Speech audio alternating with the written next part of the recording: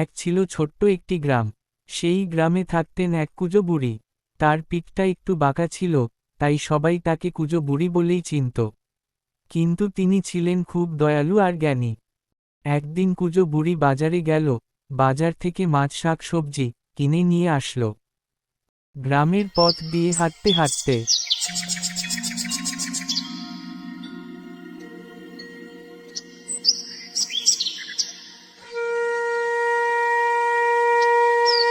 হাঁটতে হাঁটতে কুঁজো বুড়ি বাড়ি চলে আসলো, আর তার নাতিকে মাছ খাওয়ার জন্য বুড়ি তার বাড়িতে নিয়ে আসলো।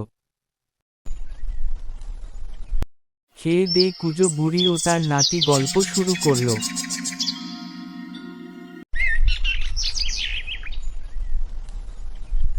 এক গ্রামে ছিল এক গরিব মেয়ে, নাম তার লীনা। সে থাকত মায়ের সঙ্গে পাহাড়ের পাদদেশে একটি ছোট কুটিরে। লীনা খুব সাহসী আর দয়ালু ছিল। একদিন তার মা অসুস্থ হয়ে পড়ে, কিন্তু চিকিৎসা করার মতো টাকা তাদের ছিল না। লোকের মুখে শোনা গেল যে পাহাড়ের ওপারে এক জাদুর পাথর আছে, যেটি যে ছুঁতে পারবে তার সব ইচ্ছে পূরণ হবে।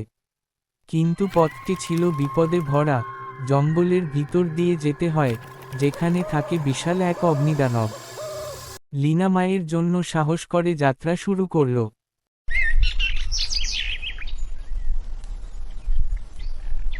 পথে সে এক আহত পাখিকে উদ্ধার করল, এক কাঁদতে থাকা গাছকে জলে সেচ দিল, আর এক বুড়ি মহিলাকে খাবার দিল। সবাই তাকে আশীর্বাদ করল। জঙ্গলের পথ দিয়ে হাঁটতে হাঁটতে শেষমেশ লীনা অগ্নিদানবের সামনে পৌঁছাল।